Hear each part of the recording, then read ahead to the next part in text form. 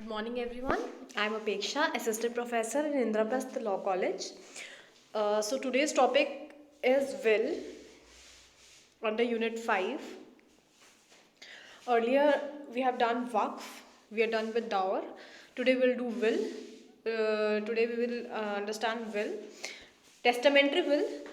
Then in the next one we'll do gifts and preemption. So let us start with will. What do we understand by will? Basically, will is a instruction of a testator in regard to what? For the distribution of the property. Now that has to be, that instruction can be either written or in oral form, in any form, right? That is will. This is so when we talk about the concept of will under Muslim law, the second line, it is a sort of bargain between two different propensities. The first one is a view of Prophet, that is, after the death of a person, his property has to be distributed to his heirs. And this concept is regarded as divine law. The other one is the moral duty. The moral duty of every Muslim, right, to make the appropriate arrangements for his property after his death. So this is all about will. What is a will? A testamentary will. It is an instruction of a testator which is given, या तो वो लिखित रूप में होगा या वो orally दिया गया होगा, for the distribution of property. अभी जो testator होता है, he need to be a competent person, या उसके लिए दो कंडीशन है, वो मेजर होना चाहिए, साउंड माइंड का होना चाहिए, right? This is all about the basics of will. Now in the second slide you can see a will is also called testament and is an instrument which enables a person to dispose of his own property to someone to whom he desires to give after his death. अपने मरने के बाद जिसको वो चाहता है देना, to whom he desires to give after his death is so generally a will comes into effect after the death of a person who executes such will. So in simpler words, we can say that a will is a legal declaration of transfer of property by a person to another after his death. Right? This is what will is. The term will is the Anglo-Mohammedan term for its Arabic equivalent wasiyat. हम उसको वसीयत भी कहते हैं. Basically ये अगर लिखित रूप में हुआ तो हम उसको वसीयत कहते हैं, राइट? अब प्रॉफिट ने बोला था, ये डिक्लेयर कर रहा था, that the power of making will should not be exercise to the injury of the lawful heir, जिसका कि ये मतलब है ऐसा ना हो कि वो विल बना दे और जो मुस्लिम्स में एक प्रॉपर तरीके से इंटरस्टेट सक्सेशन ना हो पाए, राइट? जो और लोगों को भी मिलना हो, तो उससे दूसरे लॉफुल हेयर जो है उस पर्सन के, they should not B, this power given to that person of making a will should not be exercised to the injury of lawful heirs. So इसका मतलब ये हुआ कि मुस्लिम लॉ में 1/3 रूल अप्लाई होता है विल में, कि 1/3 प्रॉपर्टी जो है, आप 1/3 तक की प्रॉपर्टी आप विल में दे सकते हैं, राइट?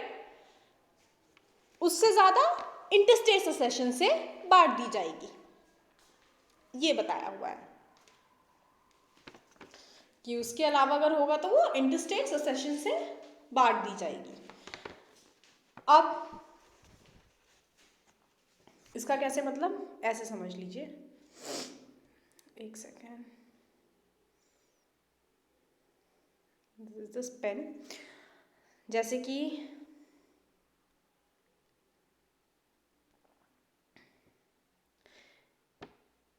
ये है, राइट? ये हमारी 1/3 हो गई। तो ये तो हो गई हमारी टेस्टामेंट्री विल। और क्या बताया था, अगर रिटन फॉर्म में हुई तो उसको हम वसीयत कहेंगे, अगर वो विल रिटन फॉर्म में है तो। और जो 2/3 होएगी मतलब कि ये सारी जो नीचे का पार्ट है ये हो जाएगा डिस्ट्रीब्यूट बाय इंटरस्टेट ससेशन। और हम इस लेक्चर में टेस्टामेंट्री विल पढ़ रहे हैं, intestate succession. Alright, so this is all basics about will. Now let us do with the rules regarding will. क्या rules होंगे? See, before going to that, read section 2H of Indian Succession Act 1925, which says that will is the legal declaration of the intention of a testator with respect to his property which he desires to be carried into effect after his death. Perfect. Now essentials of a valid will, that is some rules. पहला, testator competent होना चाहिए, major होना चाहिए, right. अगर minor हुआ तो void है, लेकिन वो माइनर भी रेटिफाई कर सकता है मेजर होने के बाद, तो वो विल वैलिड मान ली जाएगी। तीसरा, साउंड माइंड का होना चाहिए। अब कॉम्पिटेंसी में आ रहे हैं ये सारे points. And will if made under apprehension of death it is a valid will. लेकिन शिया लॉ के अंदर if will is made after the attempt to suicide तो वो वॉइड विल होगा, वो नहीं माना जाएगा। और कोई भी विल अगर अनड्यू इन्फ्लुएंस, फ्रॉड या फोर्सफुली कराया जाए, बनवाया जाए, तो वो वैलिड नहीं होगा। in these 4 cases your first point goes, the person making a will, that is legator must be competent to make a will. Basically testator must be competent. दूसरा आ जाता है हमारा लिगेटी, जिसको हम दे रहे हैं, जिसके लिए हम कर रहे हैं, राइट, जिसको विल दे रहे हैं। So legatee shall be capable to take the endowment, वो भी केपेबल होना चाहिए। कैसे? अब उसमें कोई भी व्यक्ति हो सकता है, any person capable of holding a property, वो मुस्लिम हो, वो नॉन मुस्लिम हो, वो कोई इंसेन पर्सन हो, वो कोई माइनर हो, वो कोई चाइल्ड इन वूम, इन मदर्स वूम, वो तक एलिजिबल है टू बी अ लिगेटी। इन सब के लिए जो है विल दी जा सकती है, बनाई जा सकती है। अभी जो अनबॉर्न मैंने बोला, अनबॉर्न के लिए एक थोड़ा सा है, सुन्नी लॉ के अंदर अगर वो बच्चा 6 महीने के अंदर बॉर्न होता है, मतलब if the will is made and the person dies within 6 months, and if the person dies within 6 months and the child is born, तो वो विल वैलिड होगा। और शिया लॉ के अंदर इस 6 महीने की जगह 10 महीने का रूल है। सो ये 2 डिफरेंस हो गए सुन्नी में और शिया में अनबॉर्न को लेकर।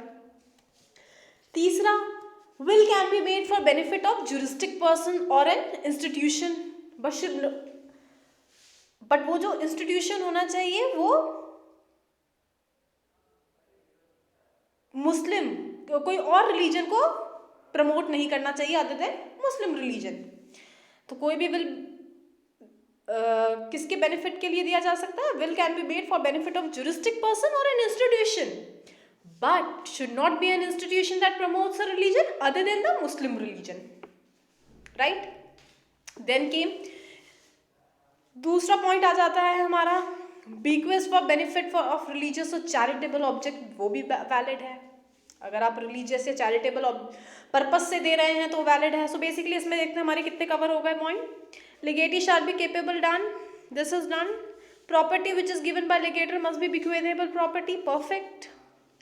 फ्री कंसेंट होना चाहिए लिगेटर का, लिगेटी का, कोई अनड्यू इन्फ्लुएंस, कोई जबरदस्ती फोर्स कराकर या फ्रॉड से नहीं करते कोई काम। फिर legator should have testamentary rights over the property, right. ये सारे जो हैं कुछ रूल्स हैं, इंपॉर्टेंट पार्ट है।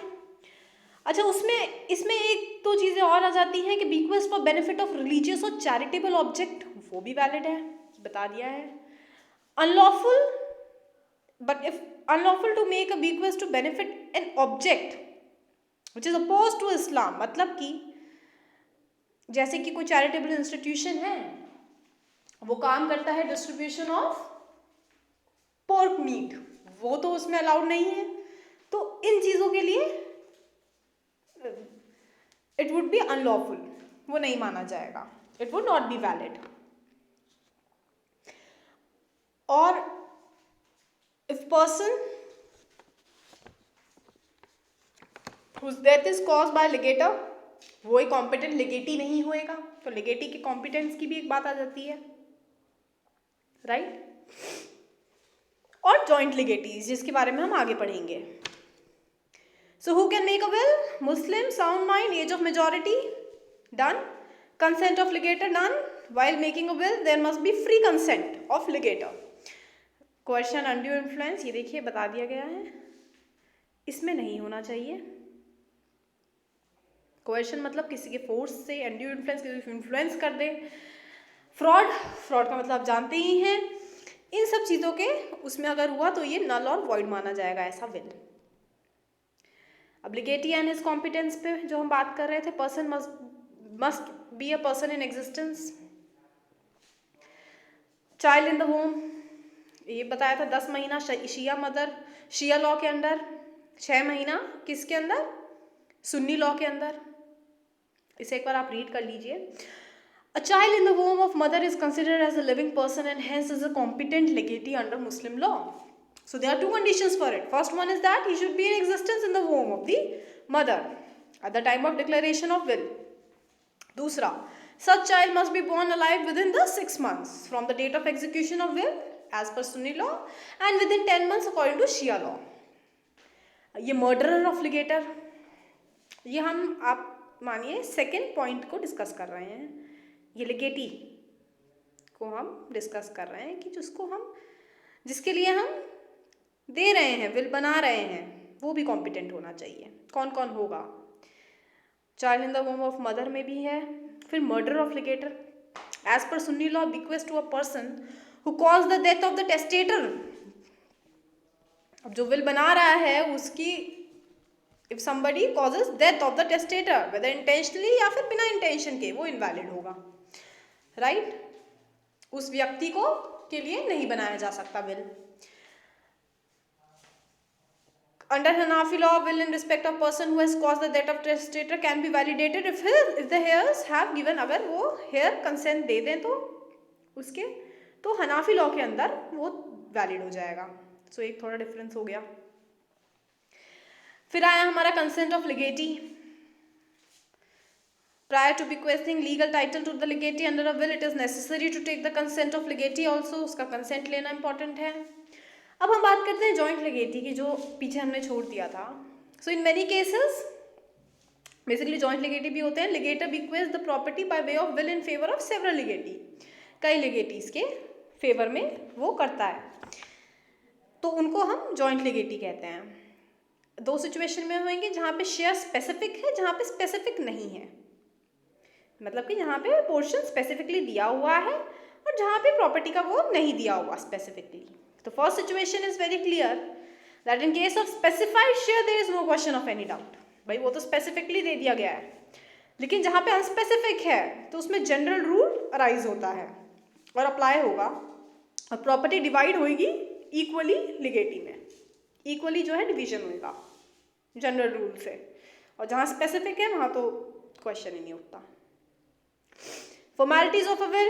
Under Muslim law, there is no any express formalities for the execution of will. In validating a will, the intention of legator plays a significant role. So, subject matter is important. अब हम subject matter पर आते हैं। Subject matter कहता है testator to be owner of property, और वो property movable हो, right? कॉर्पोरियल हो और इनकॉर्पोरियल। इसका क्या मतलब हुआ? कॉर्पोरियल जो छुई जा सके, which can be touched, incorporeal which can not be touched, इसकी भी, राइट। जैसे शेयर्स हो गए, राइट, ये सब इनकॉर्पोरियल प्रॉपर्टी में आ जाएगी। तो टेस्टेटर ओनर होगा प्रॉपर्टी का, मूवेबल हो सकती है प्रॉपर्टी, इमूवेबल हो सकती है, कॉर्पोरियल, इनकॉर्पोरियल। प्रॉपर्टी की existence at the time of testator's death, property exist होनी चाहिए। So ट्रांसफरेबल होनी चाहिए दूसरी वो प्रॉपर्टी, राइट। रिवोकेशन पे अभी हम आएंगे। और बीक्वेस्ट शुड बी अनकंडीशनल, कोई कंडीशन के साथ नहीं विल बनाया जाएगा, दी जाएगी वो प्रॉपर्टी। और अगर दी गई अगर ऐसे कंडीशन के साथ तो वो कंडीशन इनवैलिड हो जाएगी, कैंसिल हो जाएगी, लेकिन विल वॉइड नहीं होएगी, विल वैलिड रहेगी, वो कंडीशन इनवैलिड हो जाएगी, ठीक है। और जो है ऑल्टरनेटिव बीक्वेस्ट भी हो सकता है। मान लीजिए यहाँ पे कि ए को दिया, बी को भी दिया, फिर ये नहीं उसके बाद सी को दिया, तो ऐसे करके ऑल्टरनेटिव जो है बीक्वेस्ट हो सकता है। तो ये सारे हो गए सब्जेक्ट मैटर विल के प्रॉपर्टी, राइट। फिर आता है हमारा रिवोकेशन। रिवोकेशन से पहले आप ये समझ लीजिए जो हमने 1/3 की बात बताई थी, फटाफट क्विकली।